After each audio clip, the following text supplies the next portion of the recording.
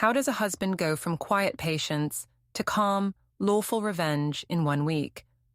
What happens when a wife mistakes his silence for consent and tries to sell him a last night with her ex as a romantic reset?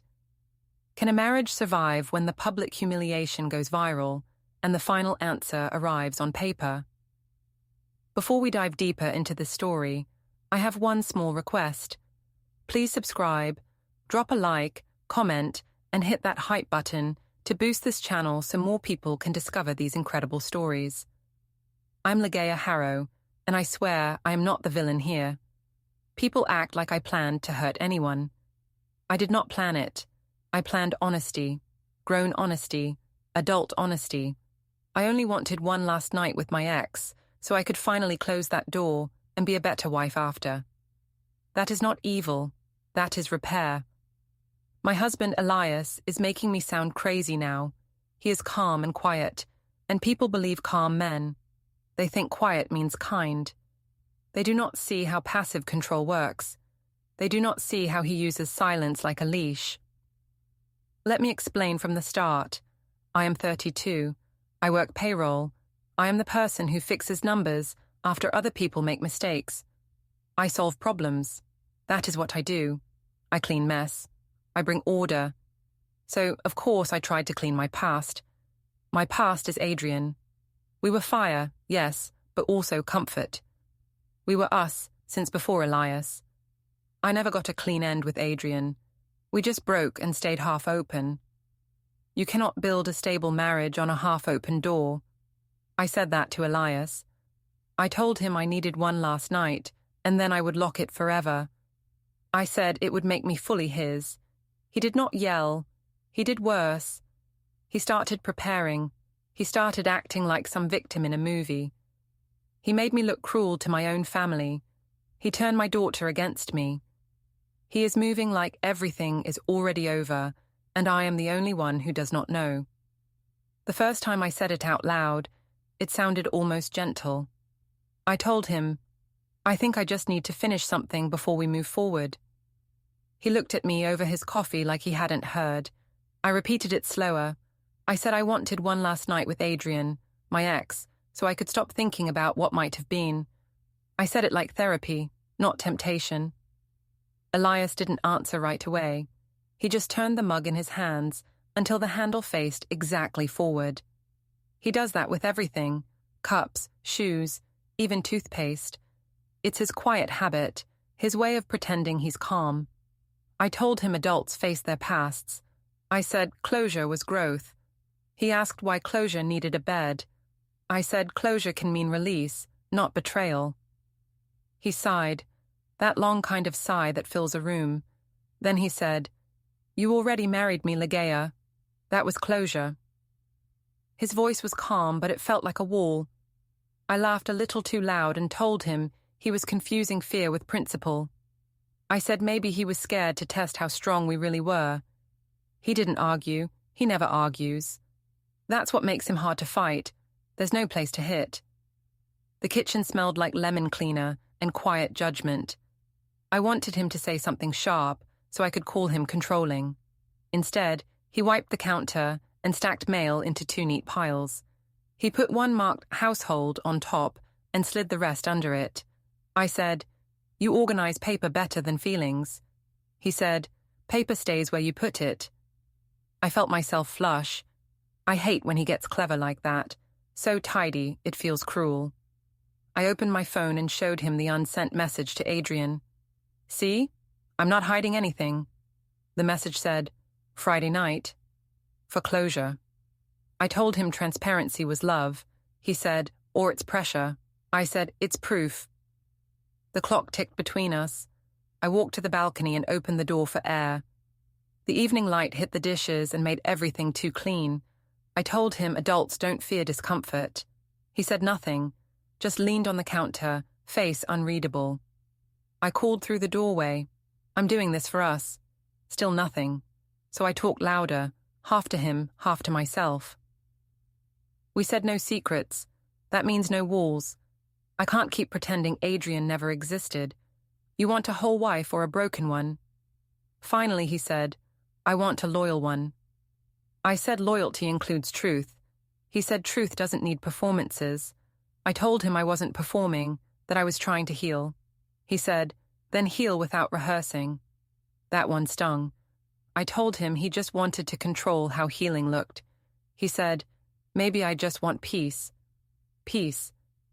As if that was simple. He walked over to the sink and rinsed the mugs. He set them down far apart, one on each side of the counter, like markers on a field. I noticed how separate they looked and wondered if he meant to make that point.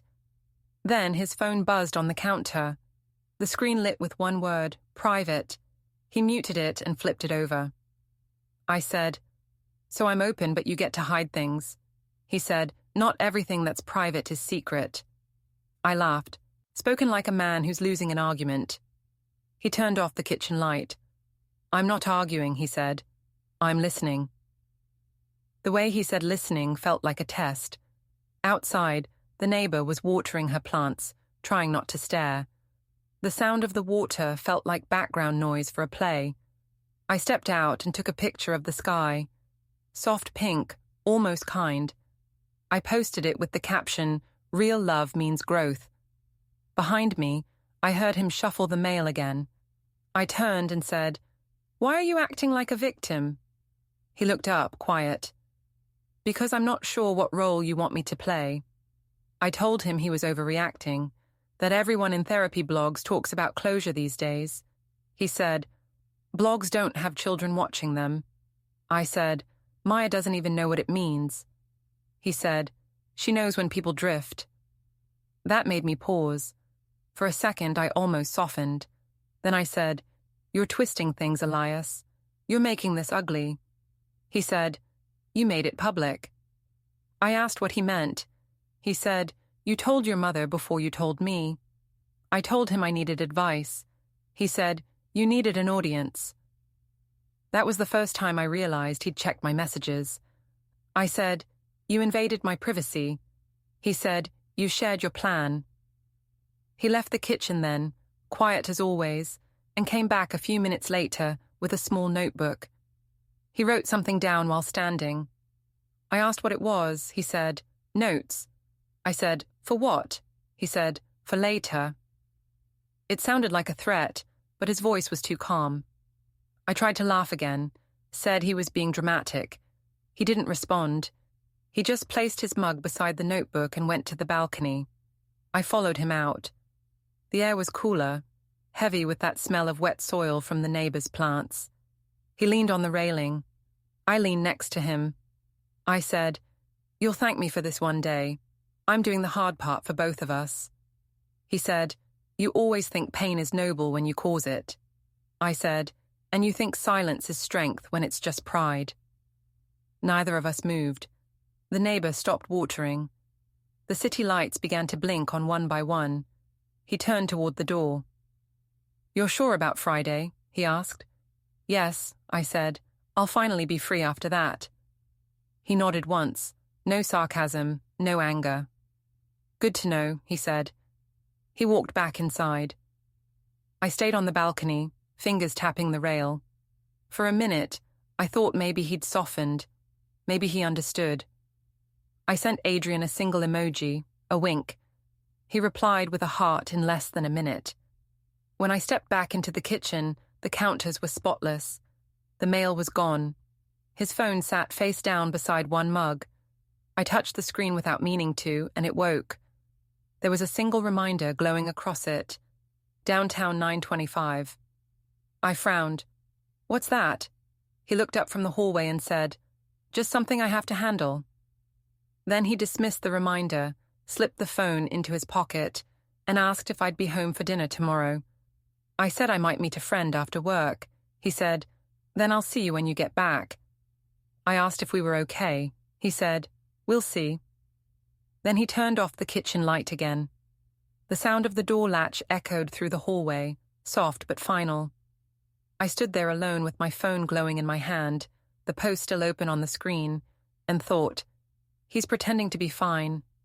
That's good. It means he's giving in.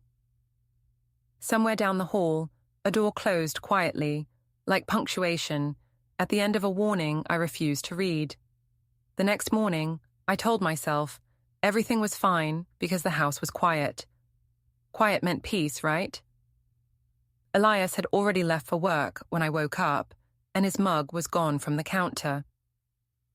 The one I'd used still sat where I left it, a coffee ring marking the tile. That little stain looked like a victory. At work, I wore my new cream blouse, the one that photographs well under bright lights. I wanted to look soft but confident. I posted a story before I even sat down. Closure takes courage. My phone buzzed with hearts and comments. Marla replied, "Yes. Queen, he'll understand later." Kenzie added, "We'll toast to your bravery Friday."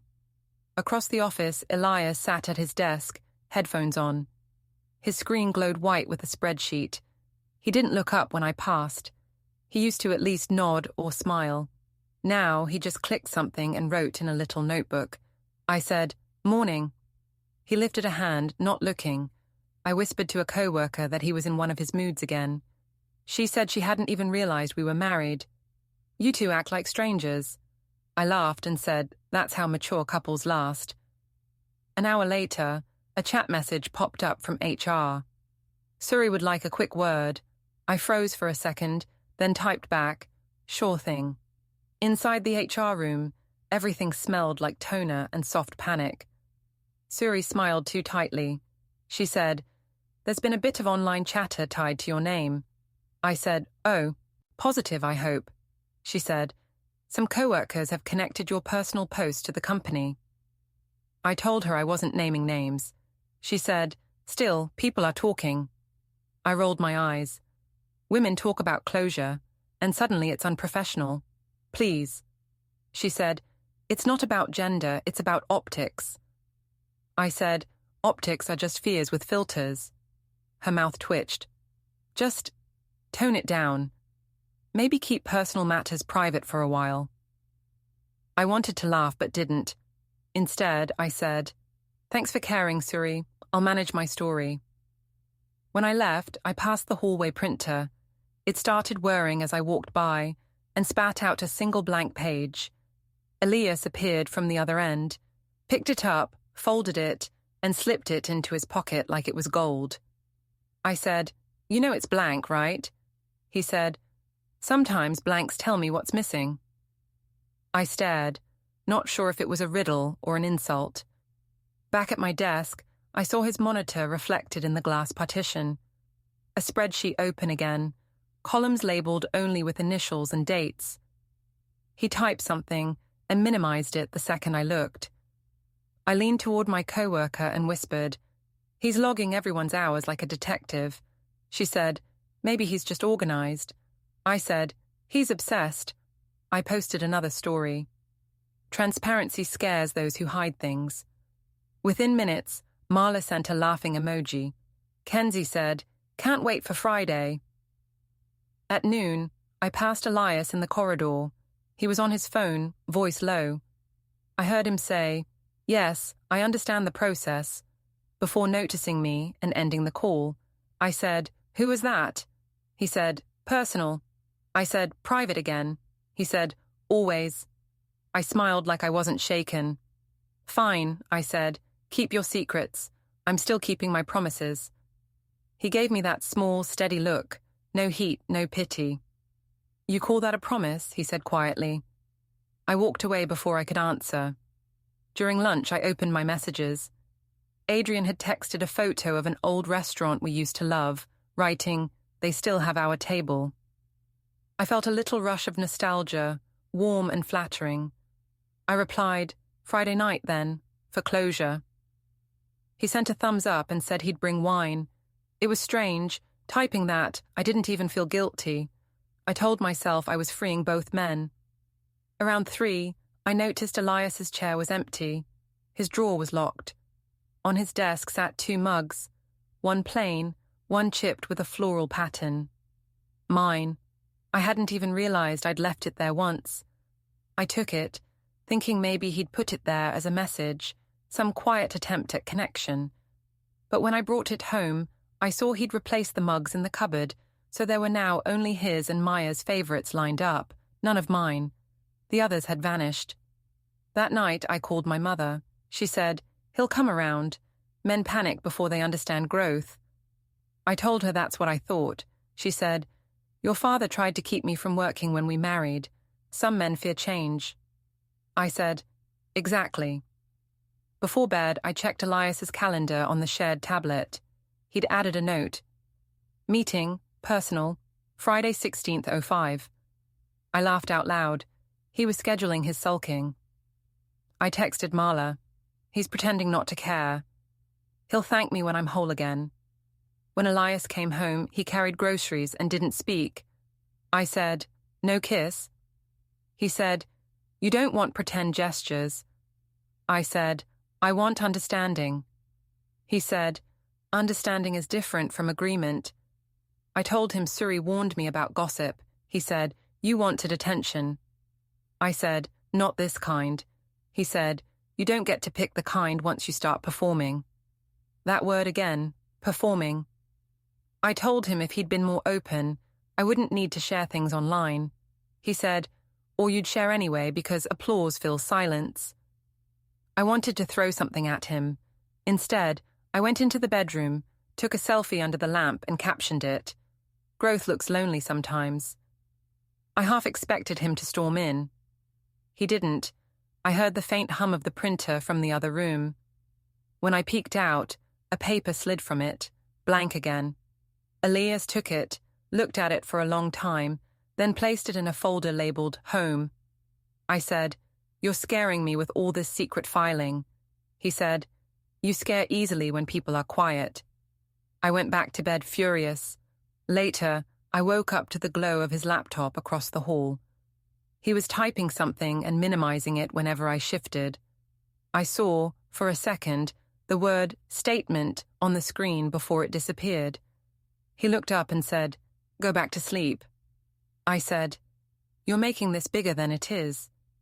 He said, "No, you already did that." I shut the door hard. The next morning, I decided to fix everything my way, by owning the story louder. I posted a photo of my coffee and wrote, "Healing before hurting." Likes poured in. People commented about bravery, about boundaries. I replied to everyone. Elias didn't say goodbye when he left for work. He just set his travel mug down, then walked out. The house felt too still after that, like it was waiting for someone to confess. At work, my group chat kept buzzing with rooftop plans. Friday 7 p.m., Marla wrote, "We toast to clean slates." Suri passed by my desk and said softly, "We'll have a quick word Monday." I nodded, pretending it was fine. The day crawled. I watched the clock tick toward 6. When Elias walked past my desk on his way out, he didn't look at me, but I caught a glimpse of his screen. A spreadsheet again. Dates and initials. He closed it the second he saw me watching. I told myself he was tracking projects, not me.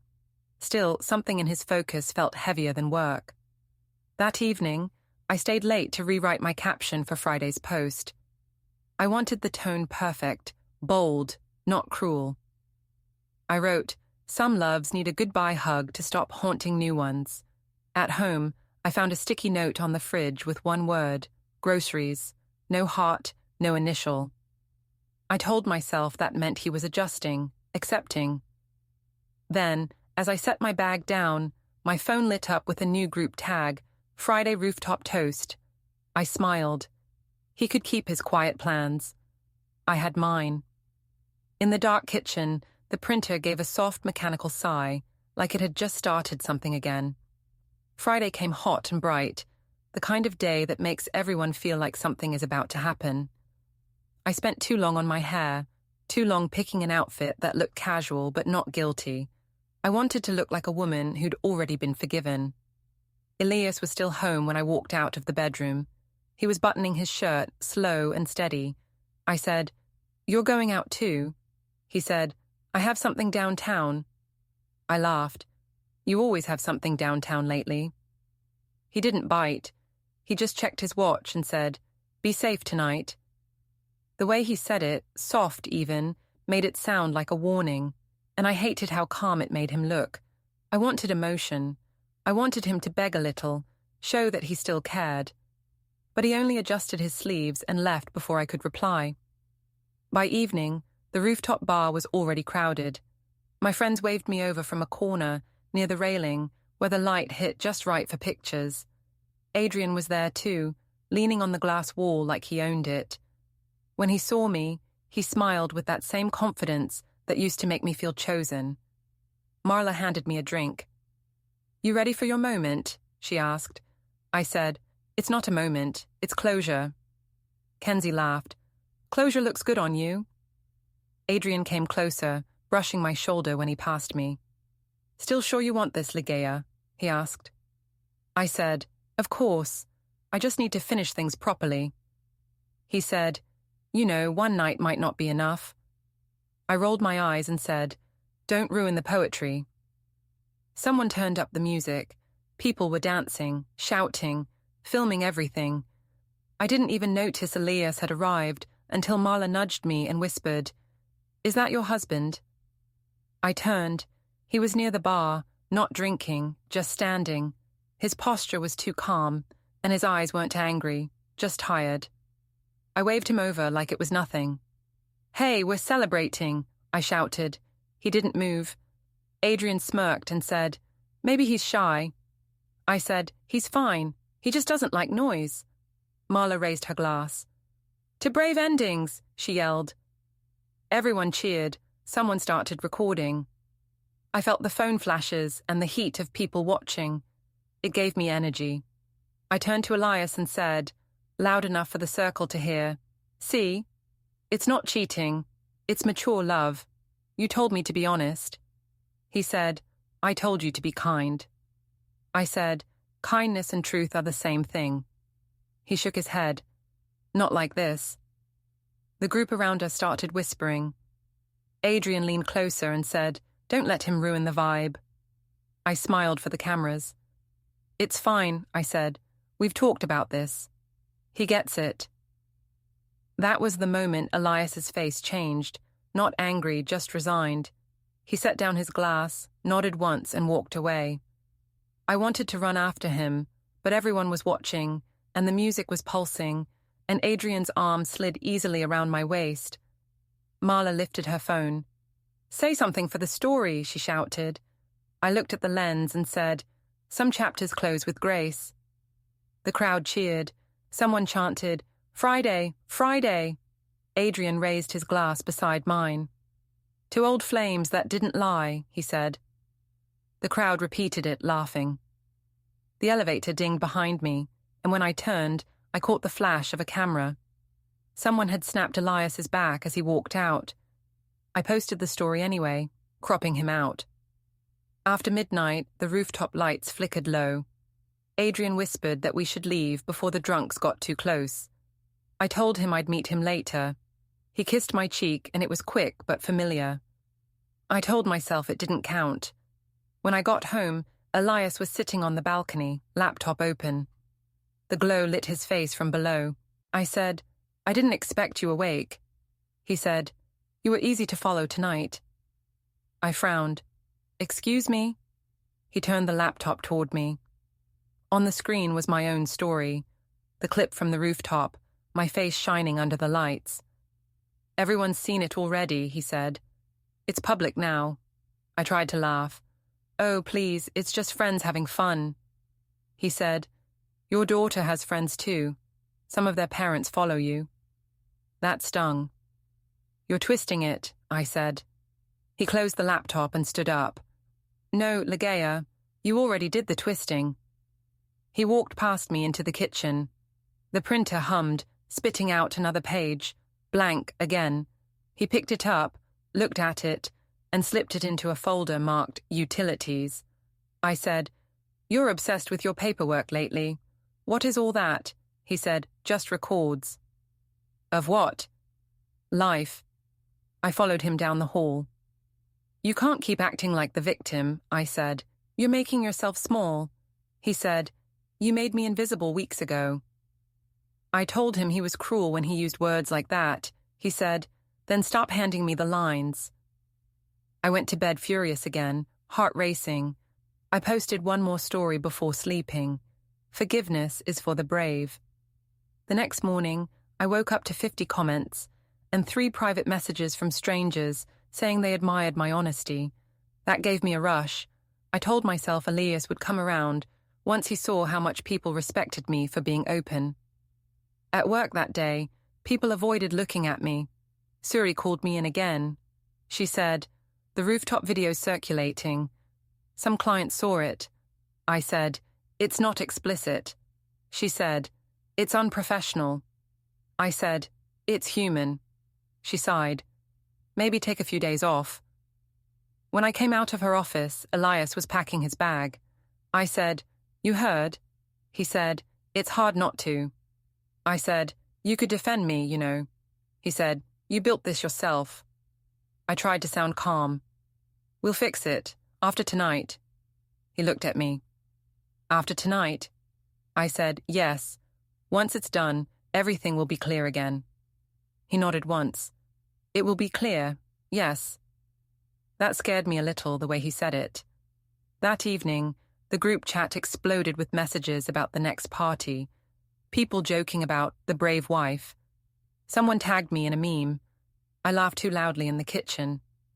Elias sat at the table, reviewing something on his laptop. When I looked over his shoulder, I saw columns again, initials beside times. I said, "Still at work?" He said, "Almost finished." On the counter, 2 mugs waited again, his and Maya's. Mine was missing. I said, "You're being symbolic again." He said, "I'm being careful." I leaned against the doorway. "You're making this dramatic. Everyone's exaggerating." He said, "You made sure of that." I said, "I'm doing this for us." He said, "You keep saying that like it's a prayer." For a second, I didn't know if he meant to sound so final. Then he shut the laptop, placed it in his bag, and said, "Good luck with your closure." He left without slamming the door. That hurt more than yelling would have. Later, as I scrolled through my comments, the doorbell rang. I opened it and found a delivery. Flowers, white lilies, no note. For a moment, I thought they were from Elias, an olive branch. Then I saw Adrian's tag on the order slip. My stomach turned. I set the vase on the counter, looked at the petals, and wondered if maybe I'd gone too far. But then my phone buzzed again. Marla had posted a clip of me laughing on the rooftop, captioned, "Fearless." It already had thousands of views. I smiled at the screen. Maybe people got it. Maybe I was right after all. From the balcony, I could see Elias's car parked by the curb, facing the street, headlights off, but engine quietly running. I told myself he just needed air, that he'd come back in once he cooled down. Inside, the printer hummed again. I went to check and found another blank page lying on the tray, the ink faintly smudged at the edge where a finger had touched it. I picked it up, and for some reason, my hand shook. Down the hall, a door clicked closed, followed by silence thick enough to feel like a verdict I wasn't ready to hear. The birthday dinner was supposed to fix everything. Aunt Vero was turning 55, and the whole family was coming. I told myself it would be good. Neutral ground, familiar faces. Elias couldn't stay cold around everyone. He cared too much about appearances. I dressed carefully, soft colors, no perfume that smelled like nights out. Maya helped me pick earrings. She asked, "Will Daddy be there?" I said, "Of course, we're fine." The lie came too easily. At the restaurant, the long table glittered with cheap balloons and family noise. Reuben waved when he saw us.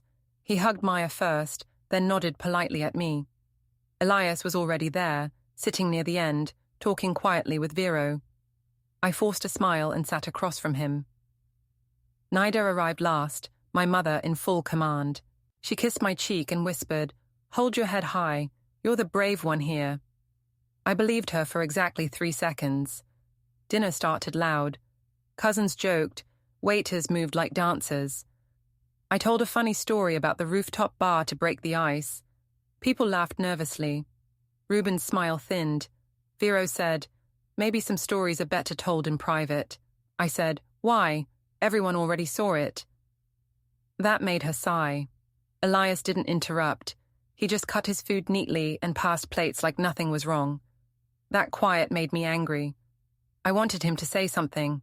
Anything.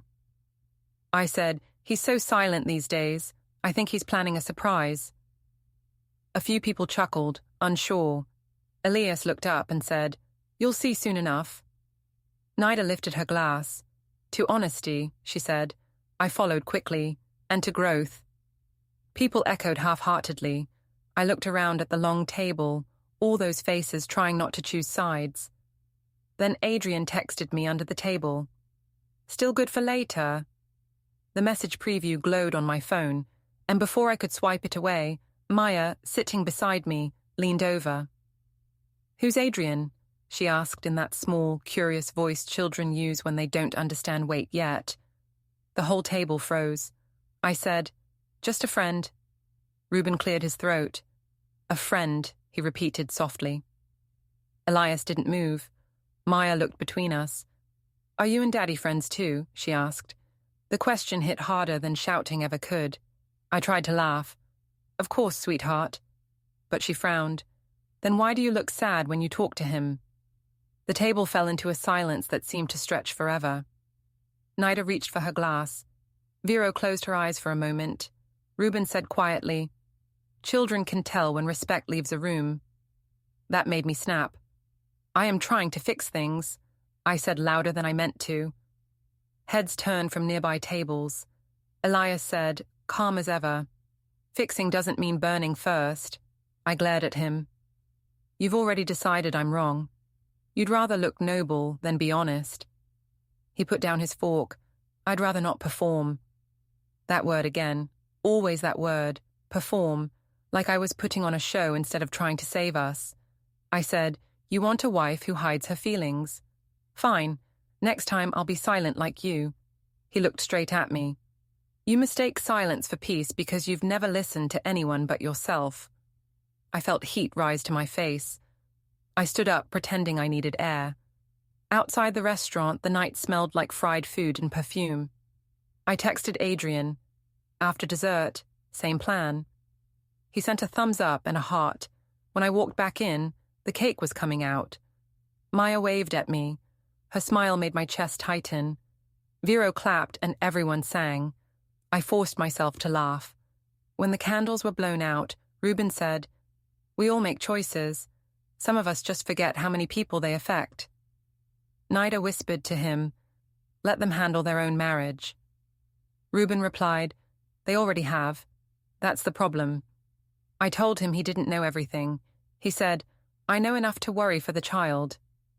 That felt unfair. I wanted someone on my side. I turned to Nida. Tell him, I said. She smiled at Reuben, then at me. You're finding yourself, darling. Some people fear that. Vero shook her head. Finding yourself shouldn't mean losing respect. It was too much. I told them all to stop pretending they were saints. I'm the only one being honest here, I said. Elias doesn't even talk anymore. He hides behind lists and folders. Elias wiped his mouth, placed his napkin on the plate, and said, sometimes order is the only defense against chaos. Then he stood and said to Maya, want to go to the park before we head home? She nodded eagerly. I said, fine, run away again. He didn't answer. He just lifted Maya into her coat and walked out with that quiet steadiness that made everything I said sound childish. People at the table avoided my eyes. Reuben said softly, you can't win a war of words when the truth is simple. I said, you all think you know him. He said, we know you both. After a few minutes, I followed them outside. The air was cold, the kind that makes words shiver. I found them by the swings. Maya was laughing while Elias pushed her gently. When she saw me, she called, Mummy, come push too. I walked closer. Elias stepped back, letting the swing slow. He said quietly, she shouldn't have to remember us like this. I said, like what? He said, divided. I looked at him sharply. "You're threatening divorce now." He said, "I'm acknowledging distance." I said, "You're dramatic." He said, "You're cruel without noticing." Maya asked, "Are you fighting again?" I forced a smile. "No, baby, we're just talking." She looked at me like she didn't believe it. Elias crouched beside her and tied her shoe. "Sometimes talking too much breaks things, Maya. Quiet helps them heal." She nodded, though she didn't understand. When we left the park, he carried her to the car. I walked behind, feeling like everyone on the street could see how wrong this all looked. He opened the door for her, buckled her in, then closed it softly. I said, "You could at least tell me what you're planning." He said, "You'll know when it's time." That sent a chill through me. "You sound like you're plotting something." He said, "I'm preparing." I said, "For what?" He looked at me. "For after." That word echoed in my head all night. After. When we got home, he went straight to the office. I heard drawers opening, paper rustling. I peeked in. He was organizing folders into a box labeled Home. I said, "You're scaring me with all this paperwork." He said, "Paper doesn't scare people. Consequences do." I told him he was cruel. He said, "No, just consistent." Later, when he was in the shower, I opened the office door again. The desk was spotless except for a sticky note. Downtown 1340, the same word as before. My stomach twisted. That night, when Maya fell asleep, I sat on the couch and scrolled through my messages with Adrian. I typed, "Still on for tomorrow night." He replied instantly, "Always." I looked at the closed office door. I told myself Elias wouldn't actually do anything. He'd never raise his voice, never slam a door. That was his curse. He stayed calm no matter what. But when I passed his desk later, there were 2 mugs again, side by side, perfectly aligned. I didn't know if it was a peace offering or a warning. The next morning, he left early with Maya. On the counter sat a note. "Have a good day." No heart, no name. Just that. I held the note like proof that he still cared enough to say something at all. Then my phone buzzed. Adrian again. "Can't wait to see you." I typed back, "Me too." Somewhere behind me, the printer hummed, then stopped. I turned and saw another blank page sliding out, still warm. I threw it away, telling myself it meant nothing. But that sound stayed in my head all day, repeating, like a small machine, warning me I'd already gone too far.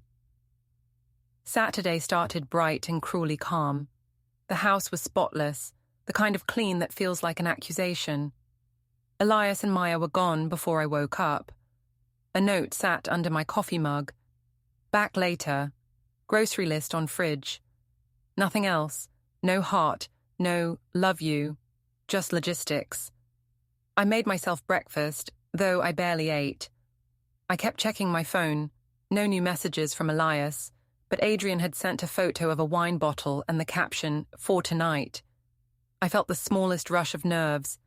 I told myself it was excitement, not guilt. I wanted to feel alive again, not trapped inside Elias's stillness. At the supermarket, I saw one of our neighbors in line. She smiled politely, then glanced at my phone screen as I texted. I could feel her reading my messages. She must have seen Adrian's name. The look she gave me after was the kind that says, "I know." I typed faster just to seem unbothered. Marla pinged the group chat. "Countdown, courage o'clock." Kenzie sent confetti emojis. When I came home, I noticed something new. Elias's keyring now had an extra small silver key. I asked him about it when he returned with Maya. He said, "It opens what it should." That vague tone again. I laughed like I didn't care. Maya showed me a drawing of our family. 3 stick figures holding hands. "That's us," she said proudly. I asked, "Why is Daddy standing a little far away?" She said, "Because you said he needs space." The words landed harder than I expected. Elias glanced up from unpacking groceries but didn't say anything. Later, while he was in the living room, I noticed his laptop open on the table. A document titled Archive B flashed before the screen minimized. I only caught a few words, dates, names, and something that looked like statement. I asked, "Still working on taxes?" He said, "Among other things." I wanted to demand answers, but instead I smiled. "You know, some people talk when they're upset." He said, "Some people listen." I said, "Don't start with your riddles." He said, "Then stop setting traps." That stung. I grabbed my gym bag. "Fine, I have errands." At the gym, Adrian was already there, leaning by the lockers, pretending not to wait for me. "Still good for tonight?" he asked. I said, "Yes, of course." He grinned. "One night won't be enough, you know." I told him not to start that again. He laughed. "You always say that." A camera flash went off from another row, some girl taking a mirror selfie, but for a second I thought it was about us. It made me uneasy. I finished quickly and left, saying I had to get home to handle logistics. He kissed my cheek before I could stop him. On the metro ride back, my phone buzzed twice. Both calls showed as private. I didn't answer. I watched the city slide by, all grey and sharp, and tried not to think about Elias's face when I left. I posted a short caption to distract myself. "Courage is closure." Within minutes, comments poured in. Hearts, claps, little fire emojis. It made me feel powerful again. When I walked into the apartment, it smelled like printer toner. Elias was at his desk, back straight, eyes calm. "You're home early," he said. I said, "Big night ahead, just need to shower." He said, "I figured." There were folders on the shelf behind him labeled Home, Auto, and Bank. He slid a thin USB stick under a folder marked Taxes.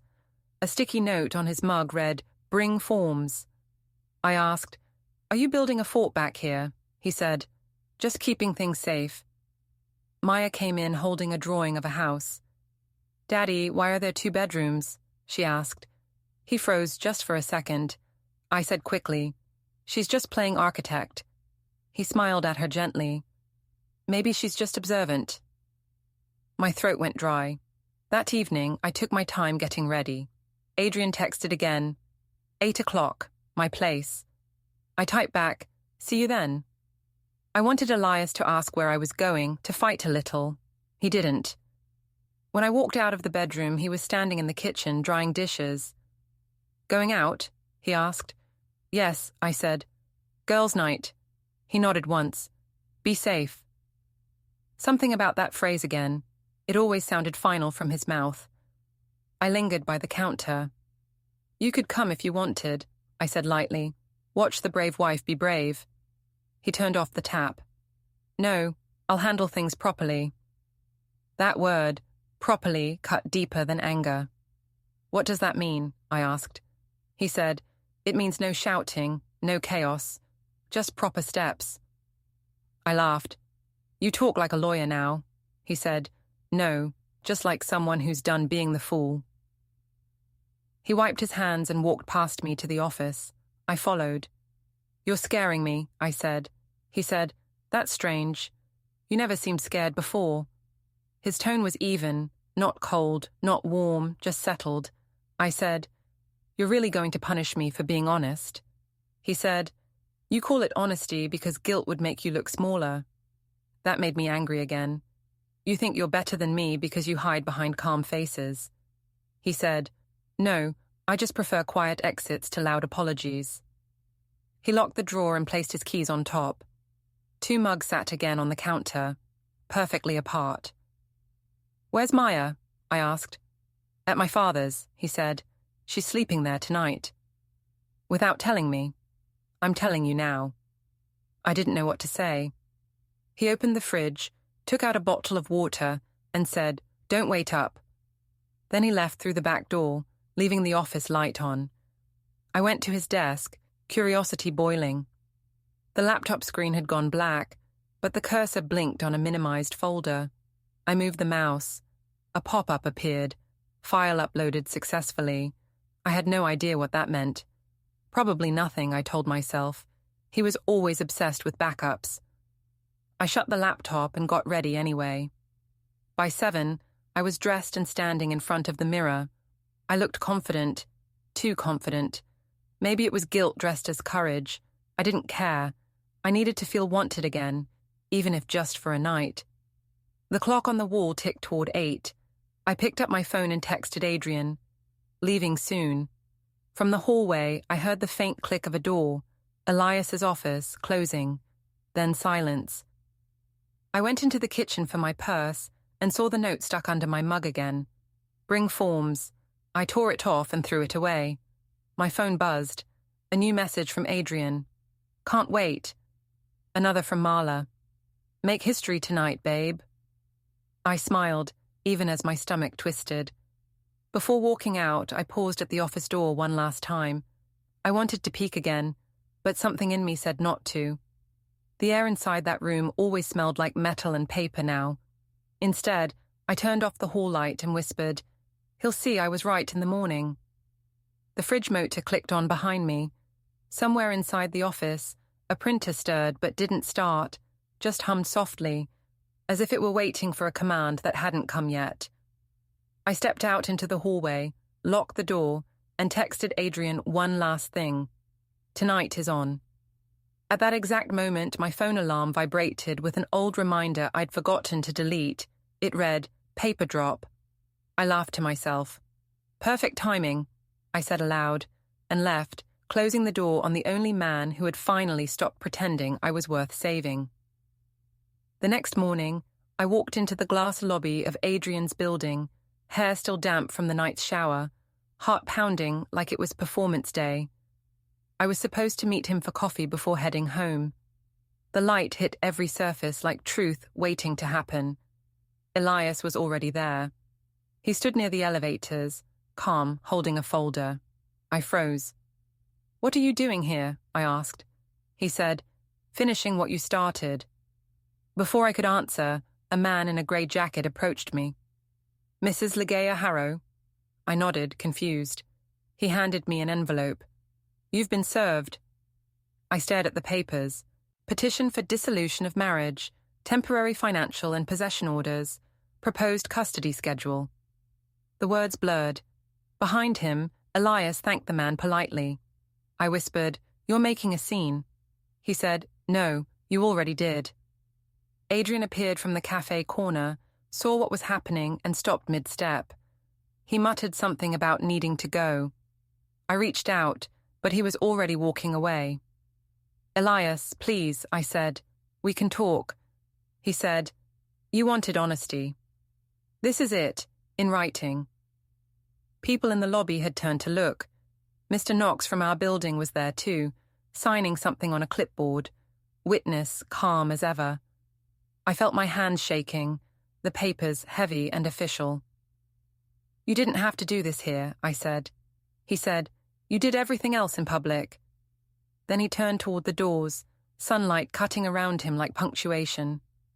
Somewhere outside, I heard Maya's voice ask, soft and hopeful, "Is Daddy coming to the park?" He looked back once, nodded, and walked into the light. I stood there holding the papers, too stunned to breathe as the elevator bell chimed behind me. Don't forget to hit like, subscribe, and turn on the bell so you don't miss the next story. Write in the comments from which city you are watching.